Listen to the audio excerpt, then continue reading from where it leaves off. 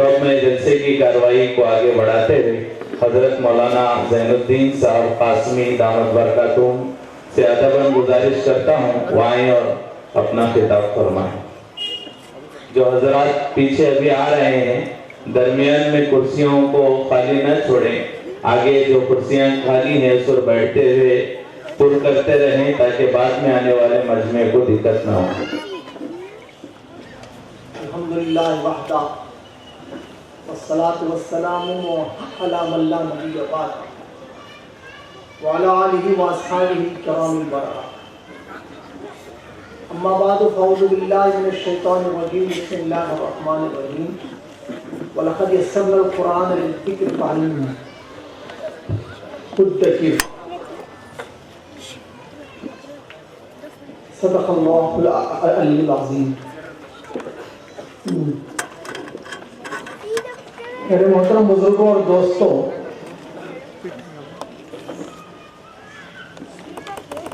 ہم کو 20 سے 25 منٹ کا ٹائم دیا گیا ہے۔ بعد میں مفتی صاحب کو میں نے کہا کہ 25 منٹ میں اگر ابھی زندہ پروگرام ہے مولانا مزمل والا جائی صاحب اگر نہیں تشریف لائے تو آپ ہی سنبھالیں، تو انہوں نے کہا ان کی آنے تک، لیکن خیر میں 20-25 منٹ ہی بولوں گا، اور اگر اس سے پہلے بھی اگر مولانا آ گئے تو بات ختم کروں گا انشاءاللہ۔ بہرحال جس آیت کو میں نے پڑھا اس آیت کا مطلب ہے کہ ہم نے اس قرآن کو آسان کیا۔ للذکر، ذکر کے معنی آتے ہیں نصیحت کے لیے۔ فَهَلْ مِن مُدَّكِرٍ، ہے کوئی سمجھنے والا، یعنی اس قرآن سے نصیحت حاصل کرنے کے لیے ہم نے اس کو آسان کیا ہے کوئی اس کو سمجھنے والا۔ اس آیت کی تفسیر میں حکیم الامت حضرت مولانا اشرف علی تھانوی رحمۃ اللہ علیہ جن کی تفسیر بیان قرآن ہے، اس میں آپ لکھتے ہیں کہ قرآن آسان ہے اہل عرب کے لیے، یعنی عرب والوں کے لیے بوجہ اہل لسان کے، کیونکہ ان کی زبان عربی ہے۔ زبان عربی کی وجہ سے ان کے لیے آسان ہے، اور تمام لوگوں کے لیے اس وجہ سے آسان ہے، تمام دنیا والوں کے لیے اس وجہ سے آسان ہے کہ اس کے اندر جو مضامین ہیں وہ بالکل کھلے ہوئے ہیں، یعنی جو بھی اس میں نصیحت کرنے کے لیے جو چیز بھی ہے، انسان اس سے نصیحت اگر حاصل کرنا چاہے تو اس کے لیے آسان ہے۔ اب ظاہر بات ہے نصیحت حاصل کرنے کے لیے اس کی عظمت ضروری ہے، اور عظمت کے لیے اس کے اندر ایک ایمان اور تقوی ضروری ہے۔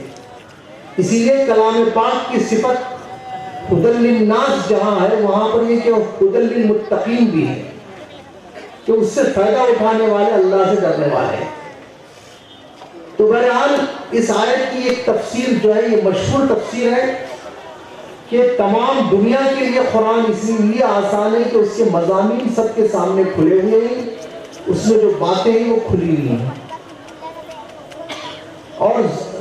اور یہ کہ قرآن عربی میں اترا ہے اس لیے اہل عرب کے لیے آسان ہے۔ یہ حضرت حکیم الامت علیہ الرحمہ کی تفسیر ہے، اور حکیم الامت کی جو تفسیر ہوتی ہے وہ تمام تفاسیر کا نچوڑ ہوتی ہے۔ اگر کسی کے پاس تفسیروں کو دیکھنے کا ٹائم نہیں ہے تو یا تو وہ تفسیر عثمانی دیکھے یا حکیم الامت کی تفسیر دیکھے۔ بہرحال، اور اگر آسان زبان میں مختصر دیکھنا ہے تو مولانا محمد تقی عثمانی کی توضیح قرآن، یعنی آج جس کو آسان ترجمہ قرآن مجید کے نام سے ملتی ہے، وہ مختصر ہے، اس کو دیکھنے سے 3 جلد ہے۔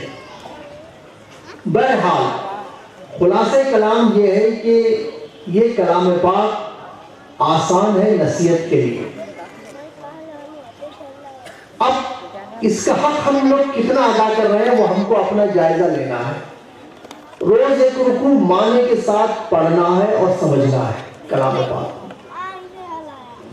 اس لیے کہ آپ سب حضرات جو اس جلسے میں جمع ہوئے ہیں یہ کلام اللہ کی وجہ سے جمع ہوئے ہیں، یہ بات ذہن میں رکھیے۔ یہاں جو بچے حافظ ہوئے ہیں وہ کلام اللہ کو حفظ کر کے ہوئے ہیں، تو کلام اللہ کی عظمت آپ سب حضرات کو یہاں سما کی ہے۔ لیکن عظمت جو اسلام جو چاہتا ہے وہ عظمت یہ ہے کہ آپ اس سے ہدایت حاصل کریں، اسے سمجھیں، اس کے لیے روز ایک رکوع معنی کے ساتھ پڑھیں اور سمجھیں۔ اور آج کا زمانہ تو اتنا ترقی یافتہ ہے کہ واٹس ایپ، موبائل، فیس بک سب کے اندر کلام اللہ ترجمے کے ساتھ موجود ہے۔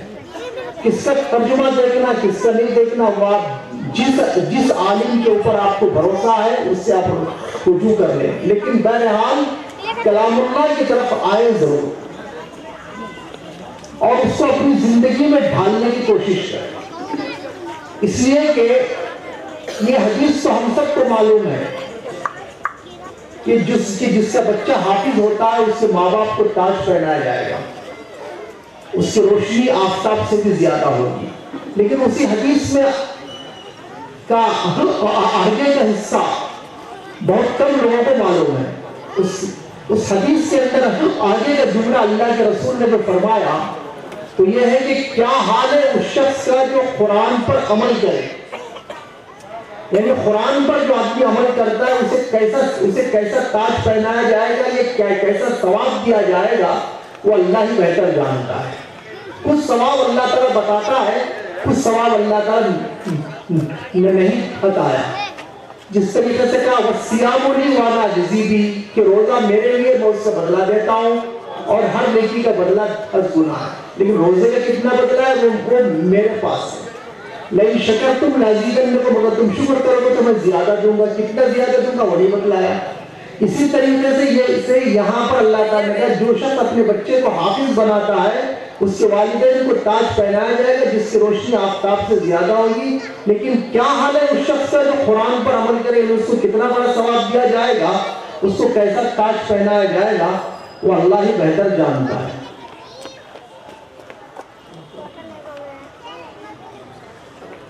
تو بہرحال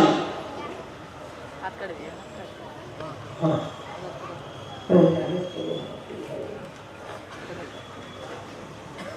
تو حضور صلی اللہ علیہ وسلم نے یہاں پر اس کا ثواب نہیں بدلایا کیونکہ اللہ نے نہیں بدلایا۔ تو بہرحال قرآن پر جو آدمی عمل کرتا ہے اس کا ثواب بہت زیادہ ہے، اور بچے کو حافظ بنایا تو اس کا بھی ثواب ہے۔ اس کو کیا ثواب ملتا ہے وہ تو اس کی مقدار بدلا دی، لیکن عمل کرنے والے کے ثواب کی مقدار نہیں بدلائی۔ تو عمل کا مقصد یہ ہے کہ آپ اپنے ذہن، فکر، سوچنے کے انداز، سمجھنے کے انداز سب بدل دیں۔ اس کے اندر ہم سب کو اپنا جائزہ لینا ہے۔ حاسبوا قبل ان تحاسبوا، یعنی حساب، یعنی اپنا محاسبہ کرو اس سے پہلے کہ تمہارا محاسبہ کیا جائے۔ اور آج ہی ہم کو حساب لینا ہے، جس میں کہ اليوم عمل ولا حساب وغدا حساب ولا عمل، آج کے دن عمل ہے حساب نہیں ہے، کل آنے والے دن یعنی قیامت کے دن حساب ہے، وہاں عمل نہیں ہوگا۔ تو بہرحال ہم لوگ کلام اللہ کی عظمت تو کرتے ہیں لیکن عظمت کا حق ادا نہیں کرتے۔ وہ یہ ہے کہ اللہ تعالیٰ نے جو کتاب اتارا ہے اس کو ہم لوگ سمجھتے نہیں اور اس سے ہدایت حاصل نہیں کرتے۔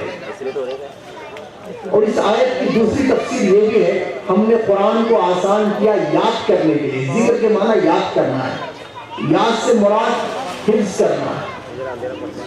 تو بہرحال شیخ الاسلام امام ابن تیمیہ رحمۃ اللہ علیہ نے لکھا ہے وقال رسول یا رب ان قوم اتخذوا هذا القرآن مہجورا، اور رسول کہیں گے اے میرا رب بے شک میری قوم نے اس قرآن کو چھوڑ دیا۔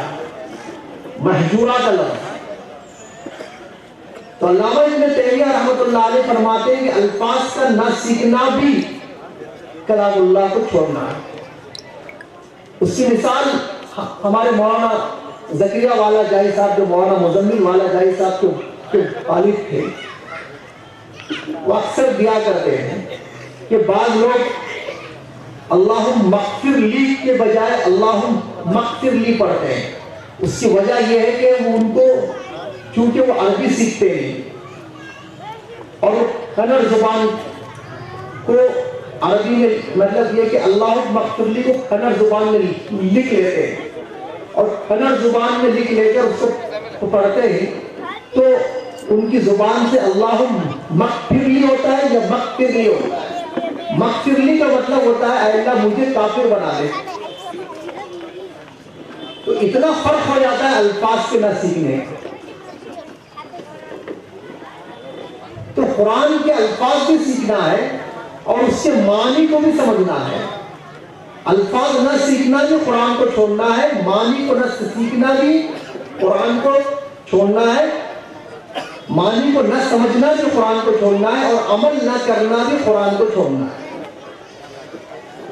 بعض لوگ سوال کرتے ہیں کہ حضور صلی اللہ علیہ وسلم کے زمانے میں جو صحابہ مکی دور میں ہو یا مدنی دور میں ہو, آپ کے زمانے میں جن کو شہادت نصیب ہوئی ہے, وہ لوگ اس زمانے میں تو پورا قرآن اترا نہیں تھا, تو پورا قرآن سمجھنا کہاں ضروری ہے؟ یہ بعض لوگوں کا سوال ہے. ڈاکٹر غلام علی نے اس کا بہت اچھا جواب دیا ہے. کہا کہ حضور صلی اللہ علیہ وسلم کے زمانے کے لوگوں کو قرآن پورا سمجھنے کی ضرورت اس لیے نہیں تھی کہ قرآن کہ وہاں چلتا پھرتا قرآن موجود تھا, یعنی اللہ کے رسول صلی اللہ علیہ وسلم موجود تھے وہاں, تو حضور کی موجودگی میں پورے کلام پاک کو سمجھنے کی ضرورت نہیں ہے. اور حضور صلی اللہ علیہ وسلم کے بعد خلافت راشدہ کا نظام تھا. جب خلافت راشدہ کا نظام ہوتا ہے تو آدمی کے سوچنے کا انداز بدل جاتا ہے. اب آپ اس سے اندازہ لگائیے کہ خلافت راشدہ کا جب دور تھا تو ابوبکر صدیق رضی اللہ تعالیٰ عنہ جیسا آدمی کھڑے ہو کر کہتا ہے اگر میں غلطی پر ہوں تو میری اصلاح کرو. اور خلافت راشدہ کا جب دور ختم ہو گیا تو ہمارا مزاج ایسا بن گیا, سچ سمجھ اگر پیر کہہ دے بیل کے بچہ ہوا, عاقبت بگڑی عقیدت میں اگر کچا ہوا. یہ ہمارا مزاج بن گیا, کسی کو کچھ نہیں بولنا. کیوں نہیں بولیں گے بھائی؟ وامر بالمعروف ونہی عن المنکر ہر ایک کا فرض ہے, یعنی نیکی کا حکم دے, برائی سے روکے. اگر بڑی شخصیت بھی اگر کلام اللہ کے خلاف عمل کرتی ہے تو اس کو بولا جائے گا. جس طریقے سے آج کل کے حالات آپ سب حضرات واٹس ایپ وغیرہ سب دیکھتے ہیں, شورا ہو یا عمارت ہو, اگر فیصلہ اگر کلام اللہ کے خلاف ہے تو مانا نہیں جائے گا. تو جب خلافت راشدہ کا نظام رہتا ہے تو یہی ہوتا ہے. اسی لیے اللہ تعالیٰ نے کلام پاک جو اتارا ہے اس کے 4 مقصد ہیں. ایک مقصد ہدایت کو حاصل کرنا ہے جس کے لیے یہ ہدی للمتقین, اور ایک مقصد اس کا جو ہے اس ہدایت پر باقی رہنا ہے. تو نزل روح القدس من ربک بالحق ليثبت الذین آمنوا, تاکہ ایمان والے ثابت قدم رہیں. اور ایک مقصد اس کا جو ہے ابلاغ ہدایت ہے. الف لام را کتاب انزلناہ الیک لتخرج الناس من الظلمات الى النور, ہم نے کتاب کو اتارا ہے تاکہ لوگوں کو آپ اندھیرے سے نکال کر روشنی کی طرف لائیں. یہ 3 مقصد کے علاوہ 4تھا مقصد ہے انا انزلنا الیک الکتاب بالحق لتحکم بین الناس بما اراک اللہ, ہم نے کتاب اتارا ہے تاکہ آپ لوگوں کے درمیان فیصلہ کریں جیسا اللہ نے آپ کو بتلایا. وعلمک ما لم تکن تعلم, اللہ نے آپ کو وہ علم سکھایا جو آپ نہیں جانتے. اور قرآن کھل کر اعلان کرتا ہے وَمَن لَّمْ يَحْكُم بِمَا أَنزَلَ اللَّهُ فَأُولَٰئِكَ هُمُ الْكَافِرُونَ, جو اللہ کے حکم کے مطابق فیصلہ نہیں کرتے وہ کافر ہیں. یہی لوگ کافر ہیں. اب یہاں کچھ بھی تعویل کر لیں کہ کفر اعتقادی کفر عملی وہ بحث الگ ہے. تو بہرحال آج کلام اللہ کی دوری کی وجہ سے ہم لوگوں کے اندر ایسی چیزیں پائی جا رہی ہیں کہ رائے سے اختلاف رکھنے والے کو کفر کی حد تک سمجھا جا رہا ہے. جبکہ کلام اللہ کیا کہتا ہے کہ نبی کے فیصلے کو بدلنے کا اختیار نہیں ہے، لیکن نبی کے رائے سے اختلاف کیا بھی جا سکتا ہے۔ امسک علی کے زوجہ حضور صلی اللہ علیہ وسلم اپنی جو حضرت زید فرما رہے ہیں اپنی بیوی کو روکے رکھو، لیکن حضرت زید رضی اللہ تعالیٰ عنہ بات نہیں مانتے، یہ آپ کا حکم نہیں تھا بلکہ مشورہ۔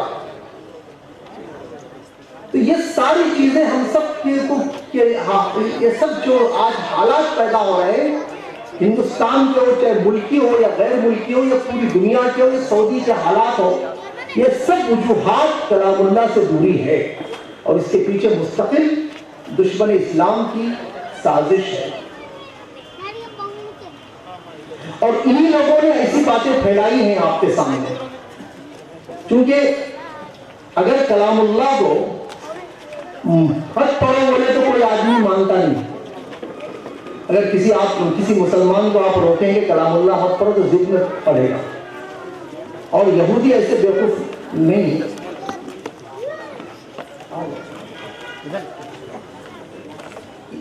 یہودی ایسے بیوقوف تو ہے نہیں کہ جو ہے آپ کو کلام اللہ پڑھنے سے روکیں، بلکہ وہ فوراً بلکہ وہ آپ کے سامنے کلام اللہ کی ایسی تعریف کریں گے کہ وہ بولیں گے یہ بہت زبردست کتاب ہے، انسان نہیں سمجھ سکتا۔ بہرحال ایک بحثیں بہت لمبی ہے، تو خلاصہ کلام ہمارا یہ ہے کہ آج کلام اللہ سے دوری کی وجہ سے ہمارے یعنی پورے ملک کے حالات اور پوری دنیا کے حالات بہت دور ہو گئے۔ اچھا کلام اللہ کا لفظ جب بول رہا ہوں تو حدیث رسول بھی اس کے اندر آ گئے، اس لیے کہ کلام اللہ کی سیرت یعنی کلام اللہ کیا ہے، حضور کی سیرت کا ہی نام ہے، جیسے حضرت عائشہ نے فرمایا وہ کانا خلق القرآن، آپ کی سیرت تو کلام پاک ہے۔ تو حضور صلی اللہ علیہ وسلم کی سیرت کلام پاک ہے، اور آپ کی سیرت کے اندر آپ کا قول بھی ہے، آپ کا فعل بھی ہے، آپ کا عمل بھی ہے، اور آپ کا کسی عمل کو دیکھ کر خاموش رہنا بھی۔ اور کلام اللہ کے اندر حدیث رسول بھی آ گیا، کلام اللہ کے اندر جمہور امت اور یہ کہ اجماع امت بھی آ گیا، اور کلام اللہ میں قیاس مجتہد بھی آ گیا، یعنی ائمہ کرام کا قیاس بھی آ گیا۔ یہ سب باتوں کا اللہ نے حکم دیا ہے، کیونکہ قرآن میں لعلم الذین یستنبطون منہم، اہل علم کے لیے استنباط کرنے کا حکم ہے، اور وَيَتَّبِعْ غَيْرَ سَبِيلِ الْمُؤْمِنِينَ، اور ایمان والوں کے علاوہ جو دوسروں کی پیروی کرتے ہیں، یہاں پر یہ کہ اجماع امت کا ذکر ہے۔ تو بہرحال خلاصہ کلام یہ ہے، ہم کو جو 20 سے 25 منٹ کا ٹائم دیا گیا ہے، ابھی 20 منٹ بھی نہیں ہوئے، 25 منٹ بھی نہیں ہوئے، 17 منٹ ہوئے ہیں۔ بس 1 منٹ اور بول کر بات ختم کر رہا ہوں، وہ یہ ہے کہ لفظ کلام پاک جب میں کہتا ہوں تو اس سے مراد حدیث رسول بھی ہے اور پورے دین اسلام ہے، اس کے اندر یہ کہ حیات الصحابہ بھی ہے، اور ائمہ کرام بھی ہے، جمہور امت بھی ہے، اور اجماع امت کا قیاس ہے۔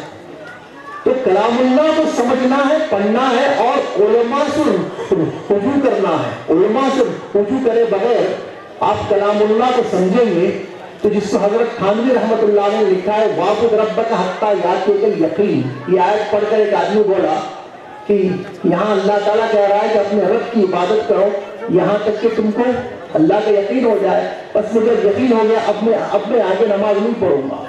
تو حضرت تھانوی نے لکھا ہے یہاں پر یقین جو ہے موت کے بارے میں، تو علماء سے بے نیازی جو ہے یہ بہت خطرناک چیز ہے۔ تو کلام پاک جو آسان ہے وہ نصیحت کے اعتبار سے، لیکن مسائل کے اعتبار سے آپ کو علماء سے رجوع کرنا پڑے گا۔ بس دعا فرمائیے کہ اللہ تعالیٰ عمل کی توفیق نصیب فرمائے۔ وآخر دعوانا الحمدللہ رب العالمین۔